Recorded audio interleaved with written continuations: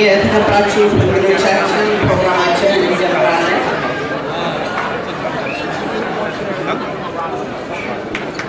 የሲድ የ25 ዓመት የሽልማትና የክብር በዓል የሚጀምረው በወጣት ተሸላሚዎች ነው። የወጣት ተሸላሚዎችን ስራና ተግባር ወይም ክንውን የምታቀርብልን ኤምሲ ሆና የምታገለግለው ዶክተር መና ደምሴ ናት። ዶክተር መና ደምሴ ገና የ8ኛ ክፍል ተማሪ ሆና በ1994 የሲድ ተሸላሚ የነበረች ወጣት ናት። ላለፉት 17 ዓመታት የድርጅቱ ቦርድ አባል በመሆንና የወጣቱን ክፍል ሽልማት በማስተባበርና በማስተዋወቅ ስታገለግል ቆይታለች። ዶክተር መና በኮንግሬሽናል ብላክ ኮከስ ፋውንዴሽን የፖሊሲ ግምገማና ምርምር ምክትል ፕሬዝዳንት ከመሆኗም ተጨማሪ በካሊፎርኒያ ዩኒቨርሲቲ የዋሽንግተን ማዕከል የፖለቲካ ሳይንስ ፕሮፌሰር ናት።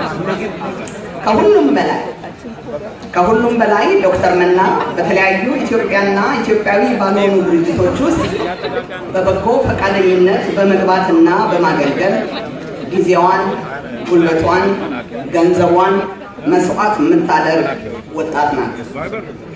በአመራሯ ብስለትና በባህሪዋ የምንኮራባት ወደፊትም ደግሞ ሀገራችን ካሏት ብሩህ ቀን ከሚያመጡ ወጣቶች ውስጥ አንዷ መሆኗን በኩራት እንመሰክራለን። ዶክተር መና አክሊሉ ደምሴ።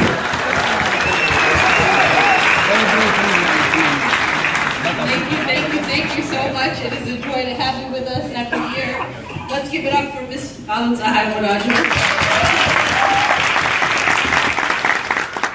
Can you raise your hand if this is the first time that you've been to a SEED event? All right. All right. Can you raise your hand if you've been to a SEED event? All right. It's almost half and half. Well, I welcome all of you on behalf of our chairman and our board. We are so excited to be here after 25 years. So many of us in this room grew up with this organization. I'm one of them.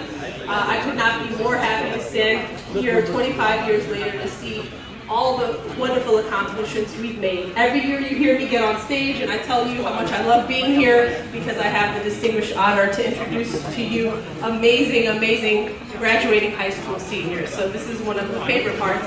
Not because I'm on the microphone, but I hope you like it, but because I'm about to tell you why you and your children should be inspired to be Ethiopian American, to work hard, do well in school.